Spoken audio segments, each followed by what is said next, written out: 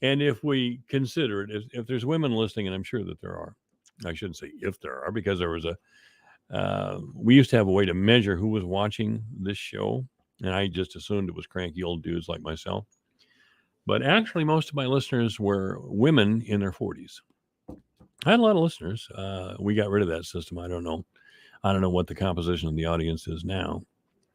But I think most women know this as the secret somehow of interest in a man. If you drive a man crazy, you'll never lose him. Without doing something weird like sleeping with his brother or his father or something. That would be totally weird. That might not be the way to go. But yeah, I think most women aren't these feminist caricatures that you see every now and then, like Hillary Clinton or some of her ilk. Or like Nancy Pelosi, she was so bad today. Oh, yes, Putin's a bully. He's just a bully. I want to play something for you, and I didn't know this woman existed, to be honest with you. But she is Representative Spartz, I believe. Where is this clip now? Oh, here it is. Yeah, her name is Representative Victoria Spartz. Now, she is a Ukrainian. I mean, she's an American citizen, but her country of origin was the Ukraine. And her 95-year-old grandmother still lives there. And the representative is a Republican. So right there, I've lost a good portion of the liberal listening audience because they just don't want to hear it. They're right, and that's it. But here is Representative Victoria Spartz speaking the other day about what's happening in her country. Thank you. I didn't prepare a speech, so I'll talk from my heart. This is not a war. This is a genocide of the Ukrainian people by a crazy man who cannot get over that Ukrainian people do not want socialism, Soviet Union, communists. They want to be with the United States of America. They want to be free people, but they want to be with the West, and he cannot get over. I'll tell you a personal story. I have my grandma, she's 95. She is right now in the city of Chernihiv. Actually, Chernihiv and the part of Kiev Rus studied Moscow and control Moscow. So they're bombing, they couldn't take the city. They're bombing civilians non-stop, day and night, the whole city. She has a daughter, she called her daughter, she lives in a little village by Chernihiv. And her daughter told her, they came into village with a heavy machine gun, killed almost every person in that village, and whatever people were left, women and children, they forced them to work in front of the tanks as a human shield because they cannot take that city. So she told my mom, was shocked. She says, no, don't cry. We are not crying here. We're going to fight, but just give us some guns so we don't just fight with the sticks.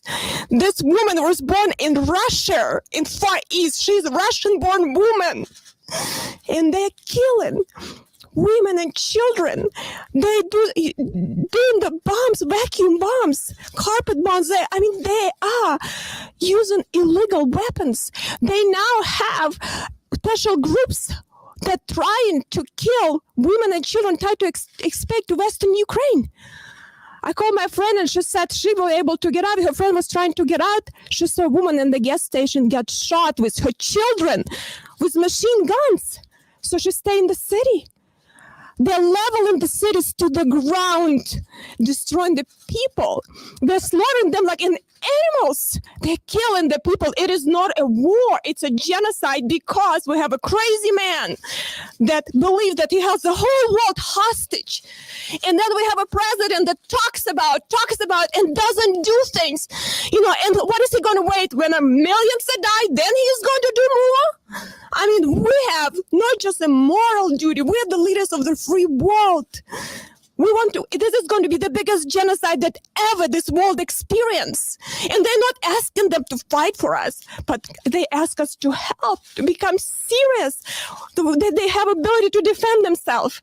That actually they need to understand that we're serious about this sanction, not do a little bit here, maybe we'll just do a little bit this oligarch, this is it, that we're serious. And I can tell you one thing, if we don't stop him there, he is not going to stop. He is going to go further. And then we'll have to send our children to die to fight this. So I think we have an obligation and duty to save this world, help Ukrainian people to survive. And this president need to get this act together and exercise some leadership. What's happening under his watch is atrocity. What he's doing to this country and to the world is unforgivable. But I think we'll get together as Republicans and Democrats, but he must act decisively fast, or this blood of many millions of Ukrainians will be on his hands too. And all that oil that with blood that's flowing from Russia and gas, and we are buying that, and Europeans are buying that. It's going to be blood, it's mixed with blood of the Ukrainian people. So I hope you're going to help me to send that message, because we have to be strong and we have to stop. Thank you for having me.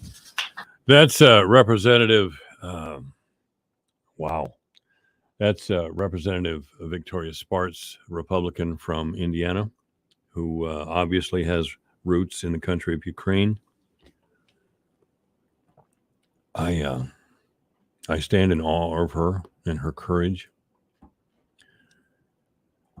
I see no male in the Democratic Party with half of what she has. She is truly an exceptional woman.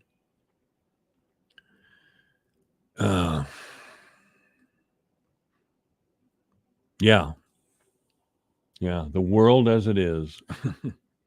That's the Obama-Biden philosophy. Well, we need to manage the media message. We need to manage the message better so we can get back to what's really important, like destroying the ethanol business in Iowa and the entire Midwest on behalf of green energy or the green lifestyle or whatever fantasy is happening in Washington, D.C. right now, because the Democratic Party and liberalism has been insist that we engage in their fantasy life, calling it justice, hatefully and falsely, and they know this. We're not bigots, but they're going to continue to call us bigots because it serves their purpose.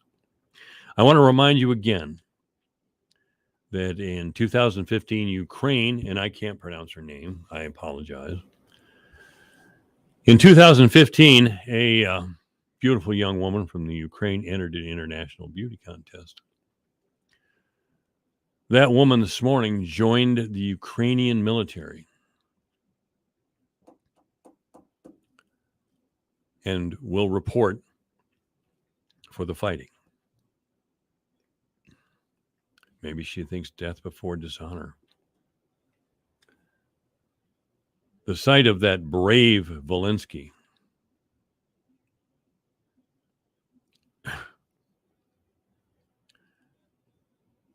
begging the United States and the West to do something, anything. And Joe Biden with his smarmy sanctions. He does sound like Obama, but Obama did it better. He was a more attractive person. But it's the same damn thing. Wow. Well, for another view, let's go to The View with Joy Behar. Oh, Let's go to The View with Joy Behar. Should we? This could be good. Yeah, I got to find this here. Hang on. Wow. Let's see. Is this it? Yeah, okay. Stand by. later this year that provides cities like What am I listening to? Why is Biden on here? I'm sorry. Here we go. Can we get rid of that? Yeah, I think we're going to get rid of that finding at last. Yeah. I'm sorry. I had this. Well, anyway, you heard Representative Spartz and her courageous declaration of faith and morality and courage. I think Joy Behar of The View speaks for all liberals everywhere. Joy, take it away. 1,000 Ukrainians will be dead or wounded, and that this is going to start a humanitarian crisis, a refugee crisis in Europe. We're talking about 5 million people that are going to be displaced. I mean, it's heartbreaking to hear what is going to happen. Well, I'm scared of what's going to happen in Western Europe too. Yeah. You know, you plan a trip, you want to go there. I want to go to Italy for 4 years. I haven't been able to make it because of the pandemic. And now this, it's like, what's going to happen there? God, I don't know whether to laugh or cry. Joy Behar is worried about her vacation. That was Sunny Hostin, a co-host on The View, who you heard speaking first. And she, like a lot of us, or all of us, are horrified by what we see. And what's Joy Behar's response? Well, what if somebody wants to go on vacation? You plan for it, and now you can't go. How shallow is that? How self-absorbed is that? You have to remember, these people don't like you. These people hate you. These people think that they are your cultural, intellectual, and moral superior. Because we want to fight back, and they know better, because what really is at issue is Joy Behar's, vacation. Okay, that's all I can do for this hour. Michael Devine at AM 1400 KVFD, banging Monday through Friday from 2 to 5. All right, it's 3:31. This program brought to you today by Blue Ribbon Pelham Waters at 612 South 32nd Street here in Fort Dodge. You may contact Blue Ribbon Pelham Waters by calling 576-6481 or online at www.fdwater.com. News is coming up. Do you check your Google search results regularly? You should. People often get their first impression of you or your business online. Negative comments on the internet can impact your life and your livelihood. Take control of your online reputation. Get your free reputation report card at reputationdefender.com. It may reveal negative posts from an ex-employee, upset patient or client, news article, legal issue, or even exposed personal information right there in your Google search results.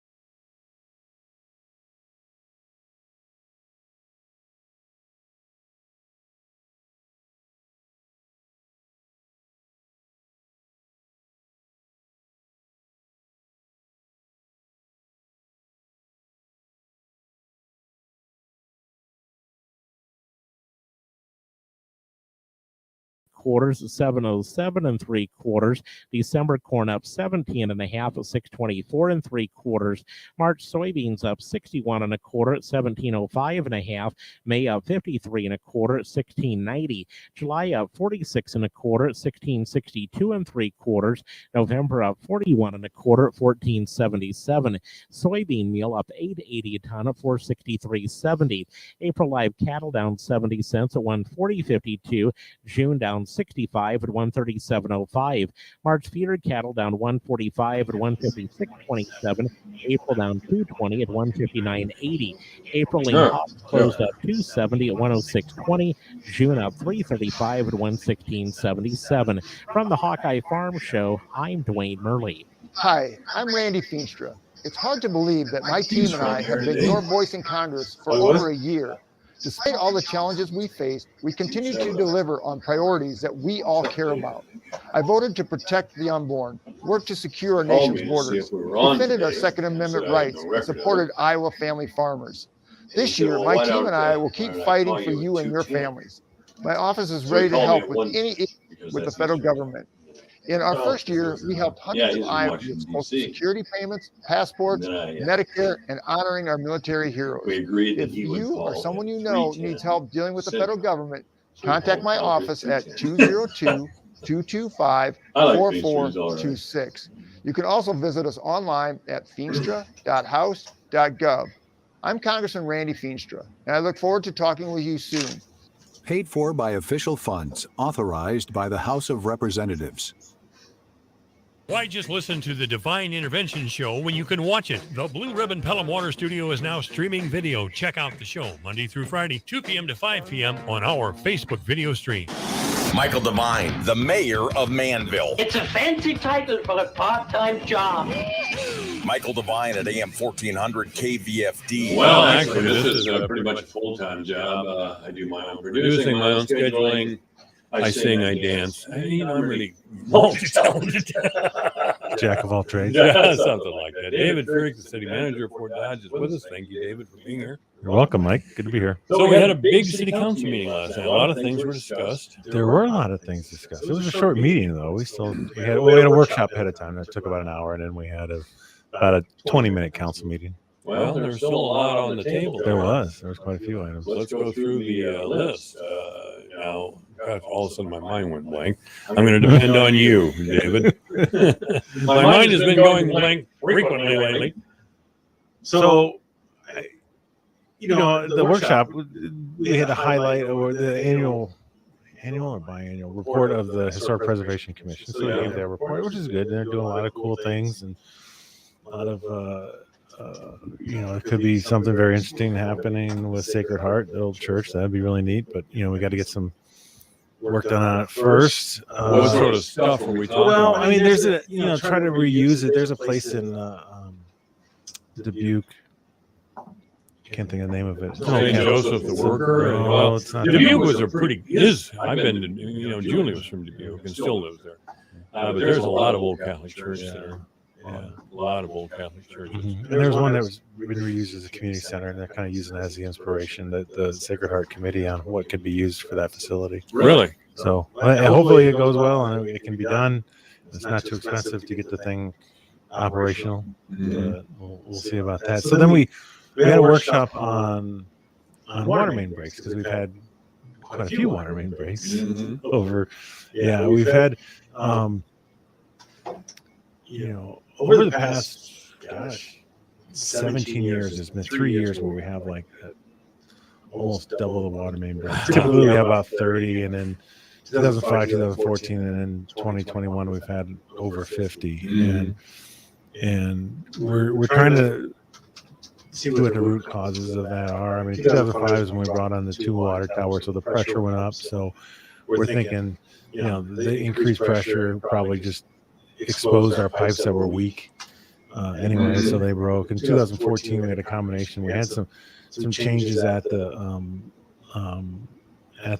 water plant with our pumps, but then we also had a really cold winter, which we think might have caused a lot of breaks. 2021 could be the same thing. We had some really cold winter days we had very little snowpack on the ground when we had that cold, so that drives the frost in deeper. So that could cause the water main breaks too. Because really, there's three kind of things that cause water main breaks. One is pressure fluctuations. The other is geotechnical, right? Either the soil or whatever the pipes in, they're basically moving. And then the third is just kind of, basically age and deterioration of the pipe material. So we've kind of looked at all three. There could be, any break could be a combination of one or two or all three of the situations. But typically, see most of the breaks in winter time is because the ground freezes and puts odd pressure on the pipe in one direction or another, and it could cause a break. So we did find, so for 21 we were looking at see what could be causing it. There are some breaks that look like they're pressure breaks. We noticed that one of our large pumps, the valve was closing a little faster than the other valves. And we're thinking, oh, that'll cause a problem. It might have. You never know. Water's a system. There's a whole bunch of things going on. It also was kind of a rough winter with the low snow cover and the frost. The one thing we wanted to discuss, and we really wanted to kind of rule out of the equation, is the new soft water isn't eating our pipes. There's, we would post the news of the break on Facebook, and some people would comment, "Well, it's the soft water eating pipes." So yes, soft water by its nature is more aggressive. Being soft, it will dissolve things, solids, more than a hard water will, because a hard water is more full of chemical or more full of nutrients like calcium or things like that, or iron, where soft water can absorb it. But here's the thing: so once we turned on the plant and the soft water, the end of last year, we did 60 tests over a 6-month period of 60 tests in households looking for copper and lead levels. Because this is a requirement for DNR when you make changes. They require, and we'll do another 60 tests this spring as well. And we're testing to see if the water becomes aggressive. Sure. Now, we put chemicals in the water to keep it from being aggressive. This is what Flint, Michigan did not do when they went to soft water. They did not put the chemicals in the water to keep it from being aggressive. What was wrong with it? They were trying to save money. Yeah, too deep. Yeah, these chemicals aren't cheap, but we put them in the water to keep it from being aggressive. So we haven't had any of those 60 tests had elevated lead and copper readings. And why that's important is those are soft metals. Anyone's ever played with lead and copper, they're pretty soft metals. Those would be the first that the aggressive water would attack and eat. So you would see them in your samples. The iron pipe, the ductile iron pipe, would be, you'd see the copper and lead first because they're so much softer. So we're not seeing those elevated test samples, so we can rule out the fact that our soft water is basically disintegrating our pipes. I'd be real surprised. I didn't know that was a thing. I can see where people jump to conclusions. Okay, what'd you do? Well, your water's now soft, and people go, well, soft water can be more aggressive. Yeah, so maybe that's eating the pipes. Well, we're checking for that. We're putting chemicals in the People checked with the city about this. Did they? It was posted on Facebook. I can't customers, customers, just citizens, commenting on it. So, I want to rule out soft water isn't eating our pipes. It's not aggressive. So it leads us to we got some pressure sensors we're putting out in the system to see if there are areas where there are pressure fluctuations that we're not seeing, because our water plant and towers have a system. They check pressure at the various locations. The towers, the pressure at the plant. So we know what that is. But is there something else going on that we're not seeing that's causing a little more fluctuations that could cause damage to the pipes? So we're looking at that as well. Okay, David Fricks, I guess you have a question or comment. Or the city manager, the number here is 955-1400, 955-1400. If you got a cell phone, I think you got to do the 515 area code now. which is kind of a pain in the neck, but that's the way it is. That's the way it is. So we're experiencing some pretty good weather here lately. This is nice weather. Yeah. This is very nice weather. I think it's a teaser. Yeah, we're being teased. Because on Thursday it's going to be 37 and wintry. It looks like it's going to be warm again next week. But so, a question for the public: the golf course is not open. I know there's a lot of golfers out there straining the leash, but yeah, I didn't think it was. So, it's not open. We don't have an opening date yet set for our compost pile. So all the spring stuff that people are getting excited about, don't know yet. Yeah, It's pretty early. Everybody wants to beat their neighbor, you know. Yeah, well, and it's amazing how Iowans kind of live on the weather. Their calendar, their mental calendar is the weather. Oh, it's always. Yeah, it's part of the culture. We grew up that way. You know? Yeah. My dad demanded complete silence when we were kids. The local radio station was on. We'd be having breakfast, getting ready to go to school. But when the weather came on, my dad demanded in a loud voice that everybody shut up. And he turned up the weather for me. Very funny. My dad was like that too. We grew up in Central Illinois. Yeah. But it was an local evening news station. So that would be, I think it started at 6, because like the nightly news was 5:30, right? Yeah. And then at 6 became the local news. And the weather was like the last thing on, like at 6:25. And we were making noise, like, quiet, I want to hear the weather. And at the time, I'm like, okay, Dad wants to hear the weather. It's important. Yeah. And now I reflect back, it's like, well, he wasn't a farmer. Yeah. He was going to do the same thing the next day, regardless of what the weather was. Yeah. He worked at the university. He was going to get up, get dressed, go to work. Where did he grow up? Did he grow up on a farm? No, he grew up in suburban Chicago in Tinley Park. Ah. His dad was a superintendent. Well, must be, Chicago radio stations were very big on the weather and ag back in the day. Yeah. They're not at all like they are now. They were a big farms radio station group Yeah. there in Chicago. Because, WGN was a big 50,000 watt player channel station. Yeah, so everybody get that. Yeah, everybody got that. I used to listen to it when I was a kid at night because they had rock music on by that time. But, you were talking about water lines breaking in the city many years ago, 10, 12 years ago, I suppose. I for several months, I did a live broadcast from J-Mart restaurant here. Oh, yeah. And one day I had the mayor out there with me. He usually showed up when I was out there. And we did an interview. And while we were doing the interview, the street flooded. I mean, like South 25th Street, right in front of J-Mart. Was it raining? No. Oh, the waterman. No, it was the waterman. And it started to flood. And pretty soon it was over the street, all while we were doing this interview. And still while we were on the air, we saw this lady, and the water had gotten up there a little bit by this time. She tried to drive through the standing water. Actually, it was running water because it was gushing out of the water main. And the poor lady with 2 kids in the car, of course, she had a van. She got stuck there. Oh, wow. So Matt, being Matt, he gets up and his interview is over and he goes out to help her. And he does. And he rolls his pant legs up to his knees. Now, this is late in the year, probably late November, first week of December. Probably pretty cold. And pretty cold. Took his shoes and socks off. And went out there and got everybody, carried the kids to the side and everything. And then pushed I don't know what happened, how they pushed that van out of the way, but they did. But I still remember the mayor out there doing his duty with his pants in cold weather, And I thought to myself then, well, he's a pretty tough guy. That's nice. That's real cool. Yeah, it is. It was a nice story. He didn't flinch. He didn't say, well, it's somebody else's problem. I'll just leave her out there. The kids, you could see him from where the kids were fussing. And the poor lady didn't know what the hell they were doing. Wow. And so Matt saves the day. Matt saves the world in that particular instance. So we were talking a while ago about water stop boxes. What is a water? Okay. So there was a couple other things on the agenda. So water stop boxes, what we do there is the property owner is required to have a stop box in good working condition.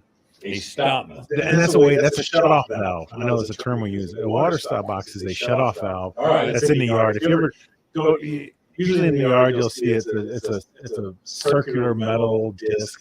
It's usually right at the grass surface. Sometimes in old yards they get buried. Sometimes they raise up a little bit.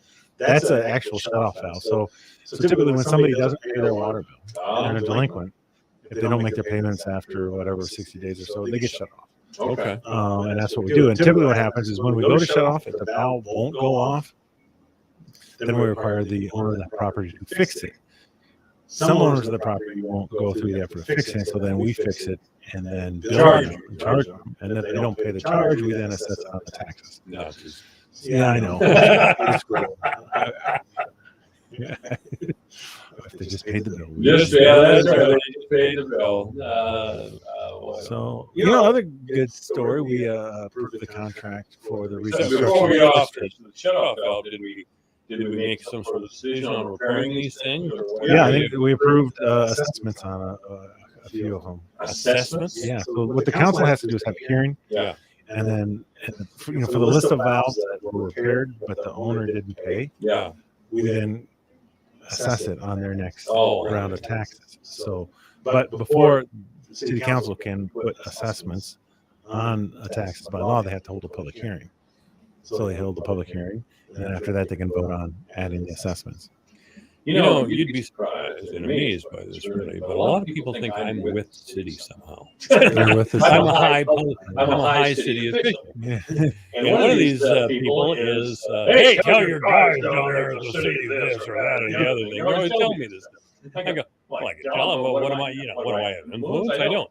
My next door neighbor, actually he's across the street, he was barking at me again today. What are you guys doing over there in the city? You guys, yeah. What are you doing over there with your city? And I said, what do you mean? He said, well, we keep getting billed more and we keep getting less for the money. So what is he talking about? Or is he on drugs? I don't know if he's on. I don't know if he's on drugs. He doesn't really look like the type of guy. I don't know what he'd be getting less of. I mean, if we had a water rate increase, that usually We gets had a water increase January 1st. this past January.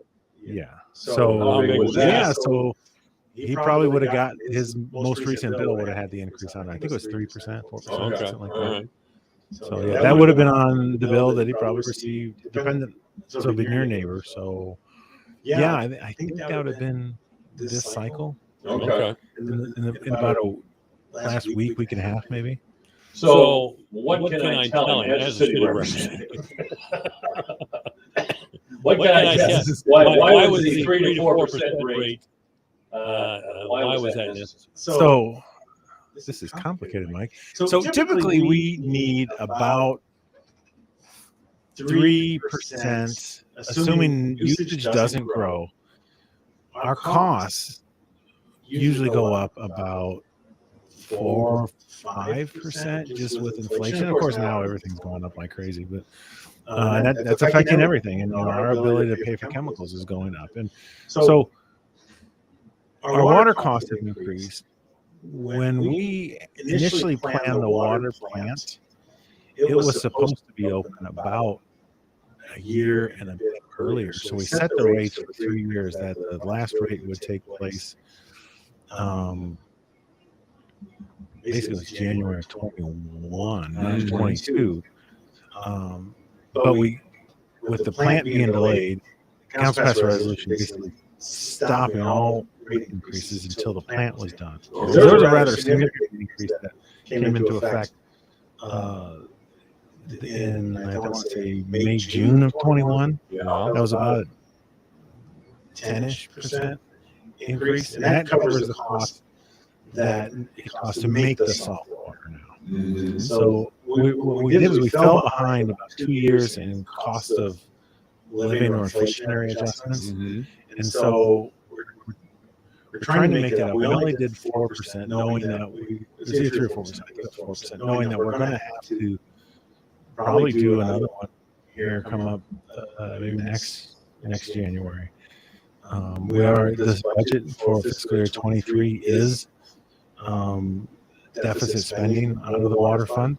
That's okay. It has a balance. We can do that, but we are going to look at what we need to do for an increase there. And typically, we like to.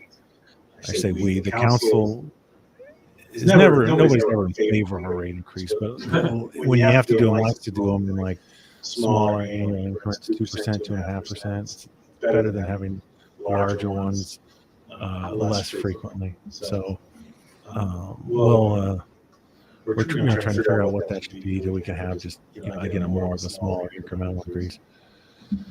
So that's the only thing I can think about. All right, as far as that would do it. But I mean, he's not paying more for less; he's paying more for more. Because now the water quality is Okay. So the individual, if he runs a softener, is using a lot less salt to maintain that soft water, and therefore is spending a lot less money per month on salt.